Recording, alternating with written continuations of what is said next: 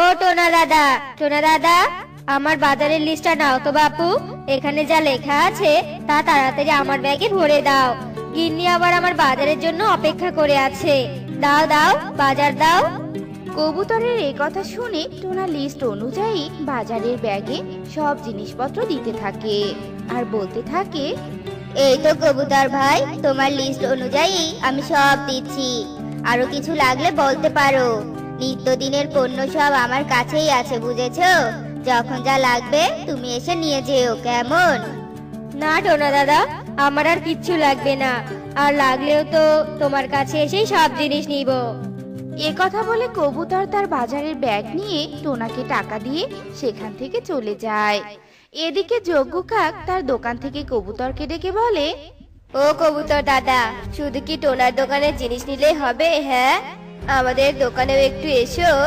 আর তুমি কি জানো টোনার জিনিস মাপে কম দেয়? টোনার দোকানে আর কিছু নিও না। থাক যজ্ঞ, তোমাকে আর অন্যের নামে দুর্নাম করতে হবে না।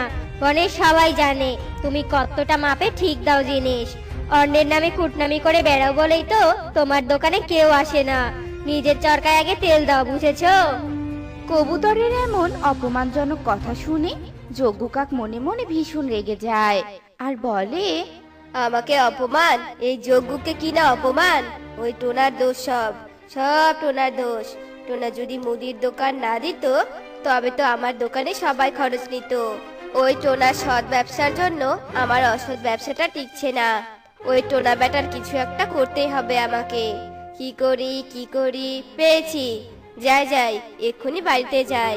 বাড়িতে গিয়ে টোনাকে বাজিমাত করার ফন্দিটা ভালো করে আমি সাজিয়ে নেই। এ কথা বলে যজ্ঞ কাক তার বাড়িতে চলে যায় আর তার বউকে ডাকতে থাকে। কাকলি, ও কাকলি, কোথায় তুমি? এদিকে এসো তো, তোমার সাথে আমার একটা জরুরি পরামর্শ আছে। কাকলি, ও কাকলি। কি হয়েছে যজ্ঞ? দোকান থেকে বাড়িতে এসে এমন ষাঁড়ের মতো চেঁচাচ্ছ কেন? হ্যাঁ, বলো, কি তোমার এমন জরুরি কথা? তাড়াতাড়ি বলো তো। কাকলি, তোমার কোনো কাণ্ডজ্ঞান নেই? হ্যাঁ, তুমি আমাকে ষাঁড় বলে পাখি সমাজকে অপমান করলে। যাকগে সেসব কথা।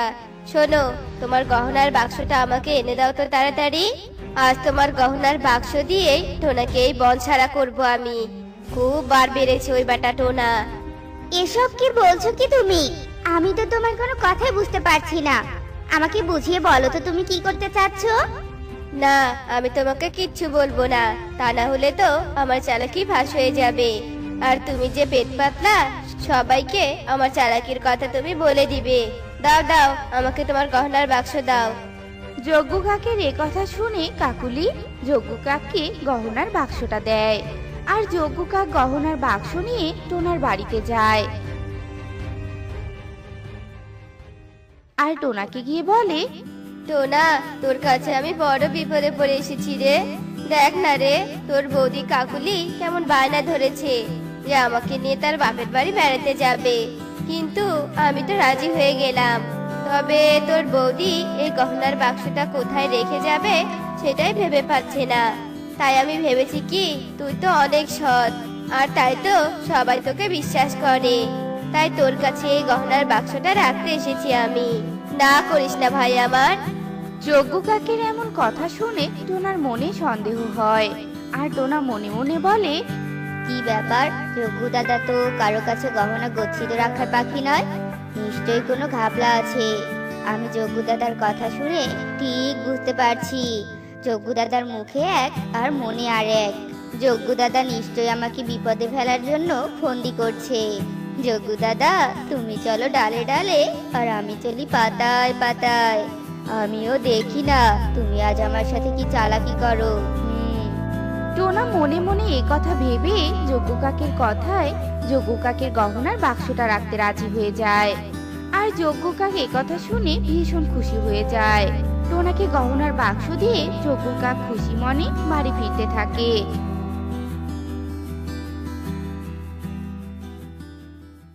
আজ রাতটা, শুধুমাত্র আজ রাতটার অপেক্ষা।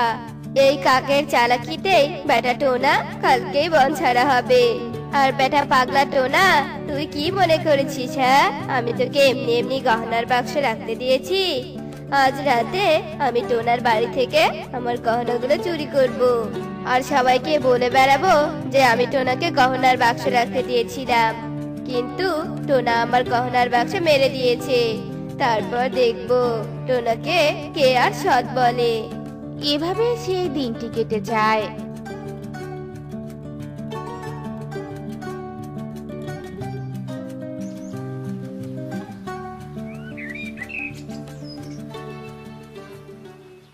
এদিকে টোনা যজ্ঞ কাকের গহনার বাক্স সিন্ধুকে রেখে দেয়। গহনা তো সিন্ধুকে রেখে দিলাম, তবে আজ রাতে আমাকে ঘুমানো যাবে না। ওই যজ্ঞ কাক ঠিক আমাকে ফাঁদে ফেলানোর চেষ্টা করবে, সজাগ থাকতে হবে আমাকে।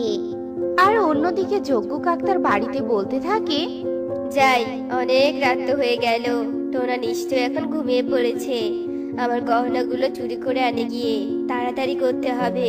কাল সকালে বনের মোড়লের কাছে তো চুরির বিচারটা নিয়ে যেতে হবে আমাকে। হা হা হা, আজ আমার ভীষণ খুশি লাগছে। এ কথা বলে যজ্ঞ কাক টোনার বাড়ির উদ্দেশ্যে যেতে থাকে।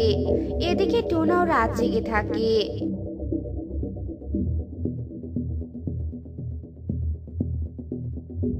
এরপর যজ্ঞ কাক যখন টোনার বাড়ির একদম কাছাকাছি চলে আসে, তখন টোনা জানালা দিয়ে যজ্ঞ কাককে দেখতে পায় আর বলতে থাকে, আমি ঠিক ধরেছিলাম যজ্ঞ কাক আসবে। ওই ব্যাটার নিশ্চয়ই কোনো মতলব আছে, আর কি মতলব আছে তা আমি এখন বুঝতে পারছি।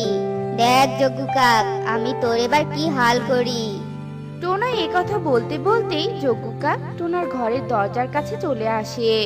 আর টোনা একা একাই জোরে জোরে বলতে থাকে, এই যে এই যে এই পুটলিতে যজ্ঞ দাদার সব সোনা বেঁধে ফেলেছি। এবার এই পুটলিটা আমি ওই কুয়োতে ফেলে দিয়ে আসি। আজকাল যা চোরের উপদ্রব বেড়েছে না এই বনে, আজ রাতে কুয়োতে পুটলিটা ফেলে দেই, কাল সকালে কুয়োর সব জল ছেঁচে পুটলিটা তুলে আনবো। হা হা হা, আমাকে আর চালাকি করে আমার গহনাগুলো চুরি করতে হলো না। টোনা কি বোকা রে বাবা, গহনার পুটলি নাকি ওই কুয়োতে রাখবে। যাই যাই, ওই কুয়ো থেকে আমি গহনার পুটলিটা চুরি করে আনি। কাল টোনা দেখবে এই কাকের চালাকি। আমার বুদ্ধির জালে টোনা ফাঁসলো বলে। এ কথা বলে যজ্ঞ কাক কুয়োর কাছে গিয়ে কুয়ো থেকে গহনা তোলার জন্য বালতি বালতি জল তুলতে থাকে। এদিকে যজ্ঞ কাকের এমন কাণ্ড দেখে টোনা মনে মনে হাসতে থাকে। যজ্ঞ কাকের এমন নির্বোধের মতো কাজ দেখে তো আমার বড্ড হাসি পাচ্ছে। যাই, এবার আমি বনের মোড়লকে ডেকে আনি। যজ্ঞ কাকের বুদ্ধিটা এবার আমি কাজে লাগাই। এ কথা বলে টোনা মোড়লের বাড়ির দিকে রওনা দেয়। আর যজ্ঞ কাক গহনা চুরির উদ্দেশ্যে কুয়ো থেকে শুধু বালতি বালতি করে জল তুলতেই থাকে, কিন্তু গহনার পুটলি আর খুঁজে পায় না। এভাবেই সকাল হয়ে যায়।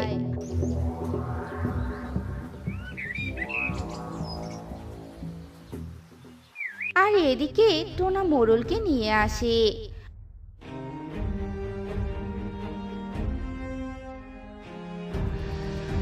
আর মোড়ল যজ্ঞ কাককে দেখে বলে, কি ব্যাপার যজ্ঞ, সাত সকালে তুমি টোনার বাড়িতে এসে কুয়োর জল তুলছো কেন?